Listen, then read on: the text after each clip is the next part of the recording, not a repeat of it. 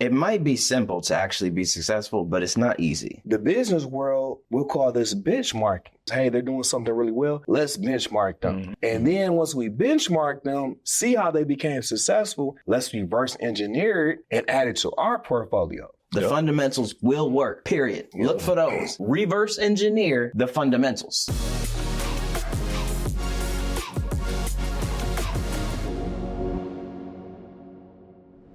What's up, everybody? Welcome to another episode of the Today for Tomorrow podcast. We're so happy that you are here today. If you have not already, go ahead and subscribe to the channel. We definitely appreciate it. Like the episode.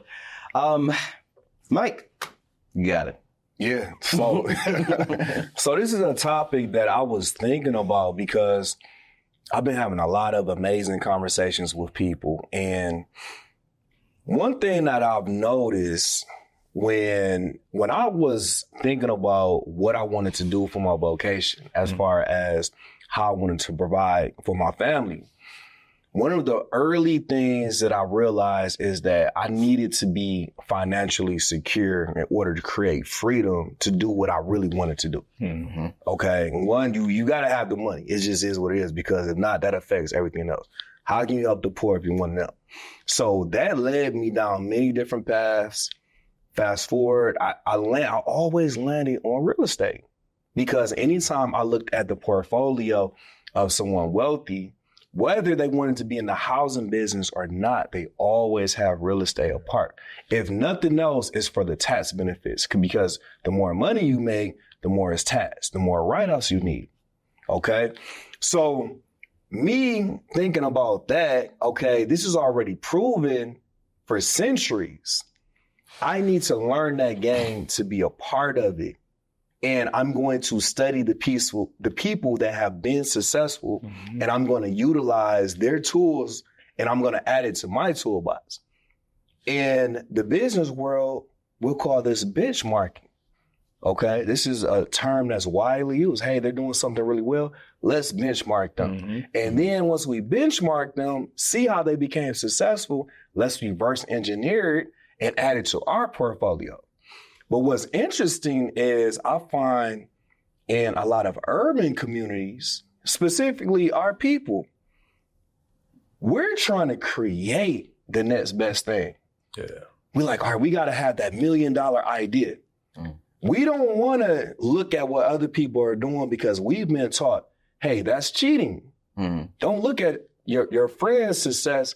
That's cheating. You have to come up with your own thing. Mm-hmm. And it was just a real interesting concept to me, because I'm finding myself having these conversations, to be honest, more times than I would like to, but different people. And they're like, hey, what do you think about this? What do you think about this idea? I got this. And I'm like, okay, that's cool. That's cool. Okay, let's go to the data. Show me what we're looking at. What's the bottom lines?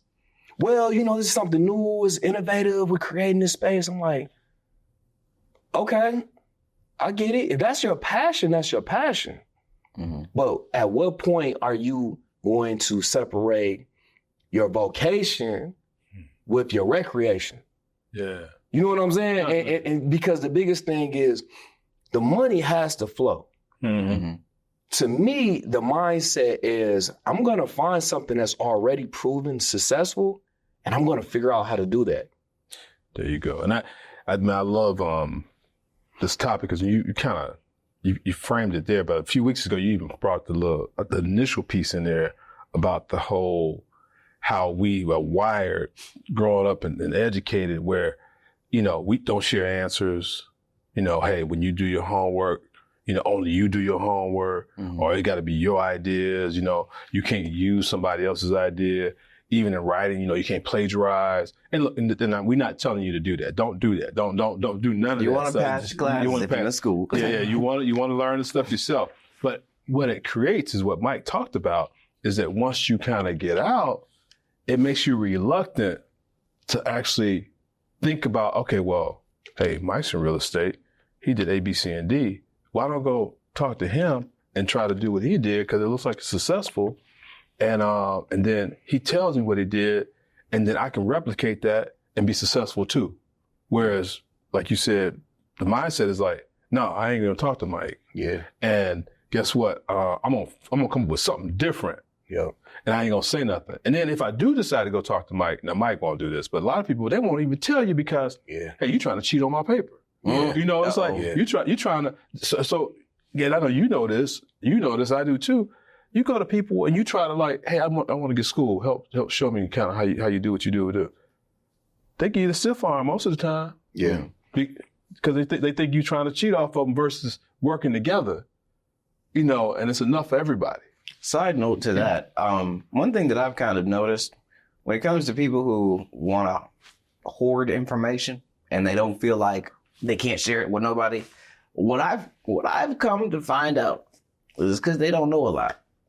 Say the truth. In all honesty, like that's just in my experience. It's because the people who I've seen like block people from getting information is because all they know is what they know and they ain't learning nothing else. Like this, like if you know this, you know my entire playbook. Yeah. But it's like when I can give you some crazy information about like advertising or marketing or whatever, and I have no fear of my whole game plan being exposed in X, Y, and Z, or me being empty after that, because I know that I'm learning every day. I'm building, I'm optimizing, I'm planning, I'm adjusting, I'm making sure that I'm staying sharp. And so it's like, when you only know a little bit and you give that out, you're done. But if you have a whole avalanche, a whole vault of information, you know that this is a piece, and you want people to come back and like, hey, because I know that you're going to need this thing coming next. You don't know that this is the thing that comes after that yet. Yeah. So you lay it out. You lay it out so people can reverse engineer. They can actually, you open book. I mean, I know all of us that way, where it's like, because Mike, both of you guys are like, hey, look, here it is, boom, it's on the table. But you bring up a great point, is that to reverse engineer, there needs to be something there to actually enough content to build it. You know what I mean? Let's think about business in a minute. I mean, okay, I was in purchasing for a while, right? So we'll have a part, this widget. Yeah. And all of a sudden you got drawings, you got all the specs for the widget. Well, the supplier goes out of business, right? They got all the drawings and specs for it. Guess what we got to do if we want to get another part? We got to take a current part, put it in the hands of somebody else, and they got to figure out how to build it now based on how it looks. Reverse engineered. Yep. Yeah, exactly. So, but it's funny because what you said, that is so simplistic, but it's so spot on. People don't want to open up their treasury box because it ain't that much in there. It ain't that much. Spoiler alert. But this is the thing though. The more you start allowing people to get information, they start asking more questions. You have to be able to continuously answer those questions. A lot of people, they have a skill set. They have a skill set and they've been able to make that skill set work. Yeah. You know, one of the analogies we use, I always say like with doctors, for example, they're practicing medicine. Yeah. They're really good at certain things, but that does not make them a master at all things. But a lot of people will take their credentials, they're a doctor, let me go ask, they know about this one. I'm working on a house, let me go ask the doctor. Right. Like what? So he works on teeth during the weekend. Yeah, so that's the whole thing where business doesn't have to be super complicated. To be honest, some of the most successful businesses monetarily, because success can be defined, but we're talking money, they're very simplistic. The key is you got to actually be able to do the thing, replicate the thing, and train other people to do the thing. And that's where it's it's easier said than done. For example, I correlated to, I always say real estate is a full contact sport. It's like boxing. You don't play boxing, you play tennis, you play baseball. You will get hurt trying to play boxing. You can go read a book and learn how to box is not a complicated thing. You got maybe 4 or 5 punch combinations. I'll tell you the playbook. And then we get inside the ring and to go box, you got to be able to stand in there. Now that's the part, and that's why somebody like myself, you guys, I'll give information freely. I'll give you all of the playbook because I know I want you to get to your goals because if you know my playbook step by step, you still cannot create what I've created. No. And I can't create what you create. That's the beauty. It's not a competition. It's really a beautiful thing because we have opportunity to work off each other's strengths. You probably heard of it when you was in high school or middle school, but in a class, I'm sure that the teacher introduced to everyone the scientific method, right? It was one of those lessons that you probably turned in your assignments or whatever, you got them in on time. You didn't cheat from nobody else's, of course. And you turned it in and you probably thought to yourself, this is something that I will never use again in life. I'm probably never going to think of this again. You probably haven't until I just said it. But here's the thing. I hadn't actually. I had The scientific method essentially is building, planning, executing, analyzing, and adjusting, right? You make a plan, you build something, and that with certain variables, and then you make sure that you can test those variables, and then you execute. You let that thing go out, and then you measure it against, okay, this is what the plan was, this is what's happening right now, and then because of that, you have feedback, and then with this feedback, you make a new model to then make adjustments based on what happened, what really happened out in the marketplace. And then you optimize it so that you can run another test. And so the thing is, the way that these big, ginormous companies form or continue to grow, the way that all of these systems kind of work is because they go through this cycle over and over and over and over and over again until they got something that works and works often and works well. And so when they run it, they know they can predict the outcome of it. Like that's when people give like certain projections, certain forecasts for their business because their systems work. And so that's how you build that's how you build. And now take it into I understand this because like it comes from science, but you can use this in advertising. You can use this in building a business. You can use this in your relationships. You can build this in how you're going to handle your body. You can put this into any sort of context because God made the scientific method. Man didn't make this thing. God made the scientific method. We just gave it a name. But essentially, that's the process. Yeah. And so it's like, to your point, it's like, I'm going through this, we call it a feedback loop so many times, so often. I can give you the data. I can give you my feedback because I've ran this test 100 times, right? And so I know that, because of those variables that you're trying to use, the things that you're trying to set up, I know that you're going to run into this issue. Let me go ahead and stop you from running into that issue and give you the next couple loops right now.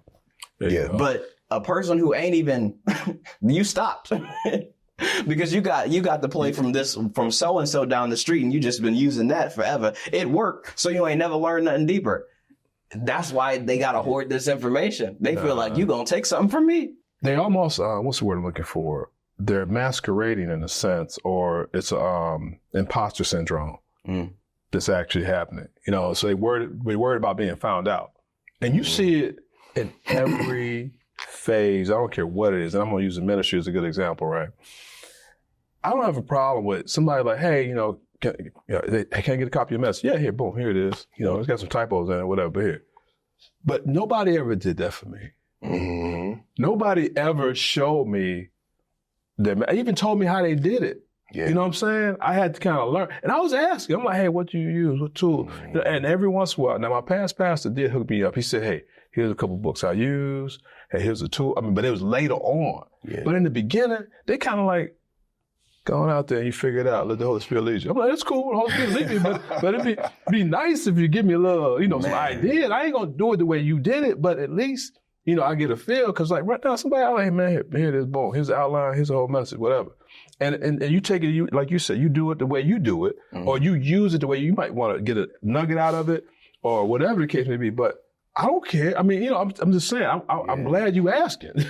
So it's funny because it made me think about a few things. And one of them is like, it's a story back to my early days at the corporate position that we were at, where we worked at the same company, but in different capacities. And I remember vividly going through these iterations where I'm thrown into this supervisory role. I'm supervising people that are my parents' age. They looking at me fresh out of college, like telling me, like, why would I listen to you? You know what I'm saying? I got kids your age, what? You know what I'm saying? I'm like, man, that's a good point. And so I'm sitting there trying to talk to other supervisors or superintendents. I'm like, hey, show me, you know, and they kind of like giving me these roundabout answers. And I remember I talked to Rodney about a few of these situations. I'm like, I don't understand why they're not helping me. And what I had to come and realize was, in small minds, they view information as currency. Yep. So like we don't just stand around and hand, you know, just throw $100 bills to anybody. They look at it like, if I give this person this information, then they're a threat to me, you know, because they live in a mindset of scarcity. Now, people like us, when we follow the holy path, we live in a mindset of abundance. We can do all things through Christ who strengthens us. And then another point that I was thinking about is the 10,000 hour rule. The reason why I can give you the playbook is because like you said, I know I've done so many iterations. I've done this a million times. I can tell you things that you can't even comprehend because that's 5 levels from where you're at right now. Exactly. I can't even give you everything you need because you couldn't consume it right now. You ain't there yet. So I would have to break it down and try to give it to you in portions to where you can fully digest in this. It's almost like, you know, a childlike state versus, you know, when you grow up, you go to adolescence, then you become a man. You got to go through your stages. Like I tell people, you know, when we talk about business, everybody wants to skip to, oh man, you an entrepreneur. I want to do what you do. You got ownership. I do what I do right now. Or what all the decades, over a decade that I was putting in work. I was grinding by myself, bumping my head, going through this, going back to the drawing board, adjusting, analyzing, do it again. That's the part that a lot of people, they want to skip those steps, man. And the thing is, you really have to embrace it. You got to put in your 10,000 hours because what happens is when you reach a certain level, it gives you a level of confidence to where you can move in a Holy Spirit where, hey, I want to give you some answers. Ask me questions. I'm going to tell you what I know because I want to help you on your path. Because I know what's for you is for you. It has nothing to do with me. It's not taken away from me because I'm giving you some information. So what you're describing is muscle memory. Because you done it so much. You don't, it's like a lot of you don't even, you're not even thinking about it no more. It is. But I got to ask, this is a question I got for you guys. So as people work to try to re-engineer the things that, let's say, we've done or something like that, I know you guys both have had this happen too. I know I've had it too. Whereas someone coming to you that don't know your business, but did a little bit of study here and there and trying to re-engineer and do their own thing, but then they want to tell you how you need to fix your business. Have you had that come up before? Hey, you know, they don't do it, hadn't done it, trying to do it, but they're going to tell you, you know, you need to think about doing this, this, and this, and then you can do better. When somebody comes up and they're asking you questions, like you can tell how many iterations they've gone through based on the questions that they ask. Like, I know where you are along this process based on these are beginning questions right here. So I'm gonna give you that. I'm gonna give you that right there. You're not just like you don't understand what on level 10. You ain't ready to go against the boss yet. But I'm gonna give you this right here so you can get started on the road. And so it's like that's the difference between somebody who's done something and someone who's heard about something, right? Like there's the people who is just like, oh yeah, well, you doing X, Y, and Z. Why don't you do this, this, and that? That doesn't actually make sense. That's not even in the context of what I'm doing. Like, who told you this? And so, like, I've definitely seen that kind of situation. But like, the thing is, what we're talking about here, the things that are actually the most sacred, the bits of information that are the most valuable, are the actual fundamentals of a thing. You said simplicity, right? It might be simple to actually be successful, but it's not easy. And the simple part of it is understanding the fundamentals and doing them well enough to actually get there. Yeah. And it's like when someone will come up and say, you know, oh man, I just bought this thing, or I just talked to so-and-so and they just gave me the blueprint on X, Y, and Z. And so then they go try that, and then they go talk to somebody else and they're like, oh, they gave me the blueprint on this too. And so I'm gonna try this as well. And it's like, I'm sorry to tell you, but the thing is, with all of that information, I think the thing that you really need to be looking for, no matter what book you read, no matter what conference you go to, no matter who you talk to, you need to understand what are the things that never change that make what they do actually work. Because when you're not looking for that, you're just chasing you're chasing the crop at the top, the thing that's going to change every single time. Yeah. We in a different time period. So you might think that we got all different things, but no, natural laws don't fail. They stay the same. The fundamentals will work, period. Look for those. Dissect, reverse engineer the fundamentals. 100%. And it's funny because it made me think. So two things. First thing is, and it's, Dame Dash actually said it when you're talking about simplicity. It's a simple dance, but everybody ain't got that rhythm. And you can watch somebody dance all you want, and you could do the 1, 2, but it may not flow the same. The next point was when we're talking about levels, sis, you know, by the questions they're asking, you could tell the levels that they've been to. And that's why, like in my industry, you know, we talk about like flippers a lot. A lot of people, they assume you're either a flipper or agent. And what you don't know is until it's not even a flex, it's just a fact. Until you've made a certain amount of money, you don't realize what comes with that in many forms. But if we're just talking like database form, taxes. This is what usually trips up most people that don't come from wealthy backgrounds, because we just don't understand that game. Literally, the more money you make, the more money you're taxed. Yep. You know, before you make 6 figures, you think of it a certain way. Before you make 7 figures, you think of it a certain way. You have to experience certain things to even understand how to navigate through. And you have to call on experts. You need a bookkeeper, sometimes multiple. You need a CPA that understands what you're doing and how to help you navigate. Because, I mean, we've all seen, like, it's been people that literally have gone to jail. Yeah. Based on tax fraud. Yeah. Just because they didn't know. Unknowingly. Yep. They didn't know. And they're like, I never knew. I see people all the time, they lose houses. Property taxes. Taxes is a huge thing, but to your point, you don't know what you don't know until you get there, or if you're lucky enough to have a wealthy conversation. But that goes back to what I think both of you said, the basics, the simplicity. Because taxes, and it's probably one of the first things you start to investigate. Is there any liens on the house? Things like that. You know, there's some tax, but I've heard people, and I don't know nothing about real estate per se, but I heard people who, I'm gonna get into real estate and do this, I'm gonna go get this house. Ain't heard them say nothing about doing research on the tax. It's a good price, good buy. They don't know what's going on with the property. They don't even know if what's going on with the deed. But they ready to make a move on something.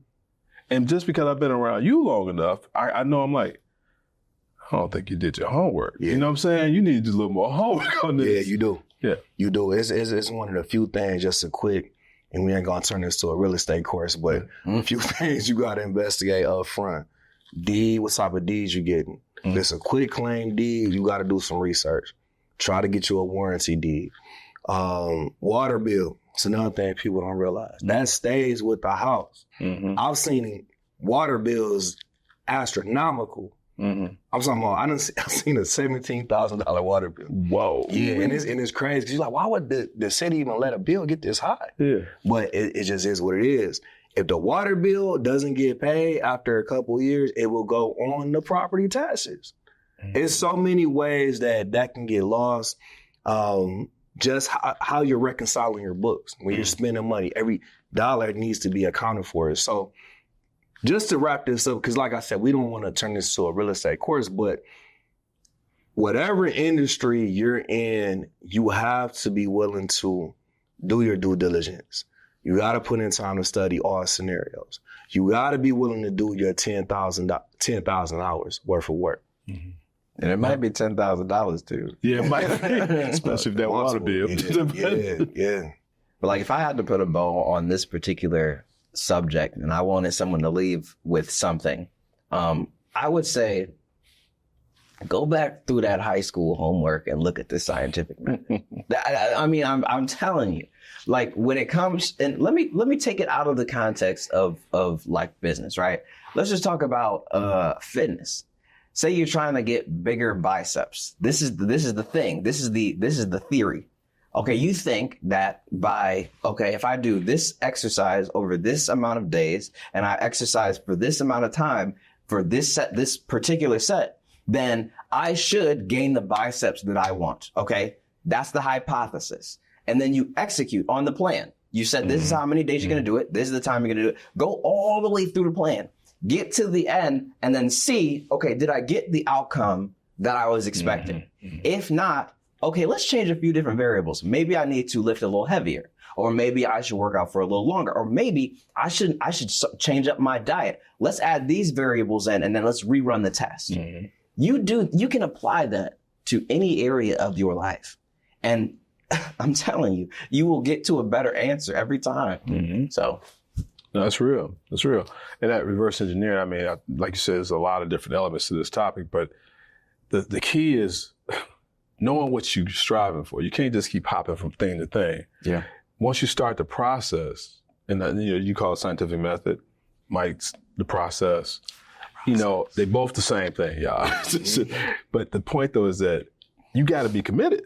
You do. And you got to be ready to be humble to try to learn. You got a thirst to learn, and don't be reluctant to share. Yeah. You know what I mean? Because you being honest about where you are in the process will help somebody else be honest about how to help you get through the process. You know what I mean? That's a fact. Yeah. So trying to hoard and try to perp like you in a certain level instead of just saying, hey, look, this is where I'm at and this is where I'm having problems at. Somebody can really help you at that point. Yeah. Yeah. What about you, Mike? What's your thoughts?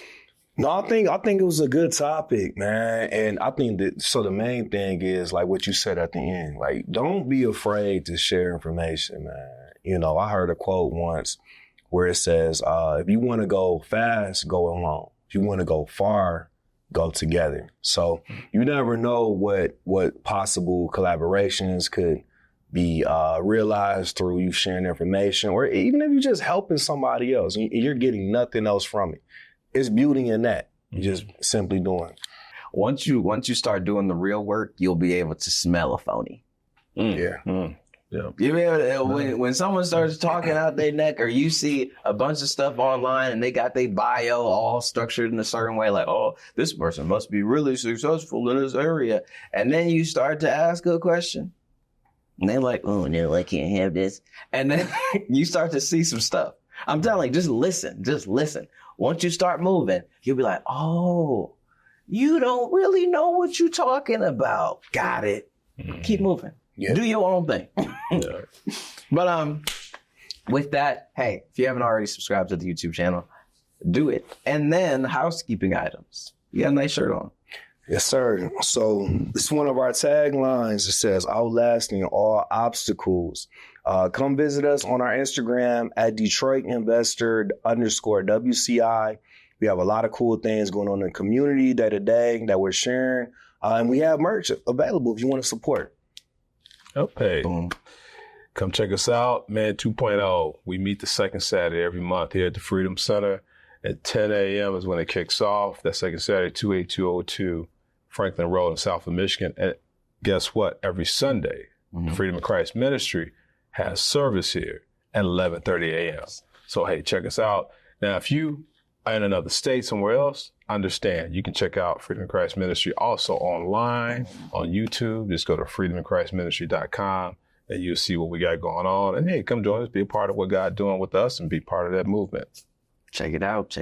Hey, also, if you are out of state, subscribe to that channel too while you at it. While you subscribing today, Subscribe here, go there, subscribe there as well. Okay. It'll be good. I'm telling you, you'll be hearing the word. Look, if you own a roofing business, you probably got maybe 10, 14 different sales guys. You probably got a receptionist, maybe even 2 receptionists at this point. You got your different crews that are going out to different properties. X, Y, and Z is happening, but you guys are getting a little bit lazy because they're, and kind of pissed off because they're talking to a bunch of people who don't want to talk to them, 1. And 2, they're talking to a bunch of people who have talked to 50 other roofing businesses, and they're like, look, I am tired of people trying to sell me. You need a better source of leads. You need higher quality appointments. You need people that they can talk to who want what you guys have and have the money to buy it and are willing to buy it from you. So if you're interested in how we kind of do that, Focus 417 is a digital advertising agency that literally does that. We don't just give you anybody, but we give you high quality leads and high quality appointments so that you can talk to the right people. If you want more information, it is in the description. And we'll talk soon. So with that, All minds clear. all hearts and minds are clear. We will see y'all in the next episode. Peace. Peace.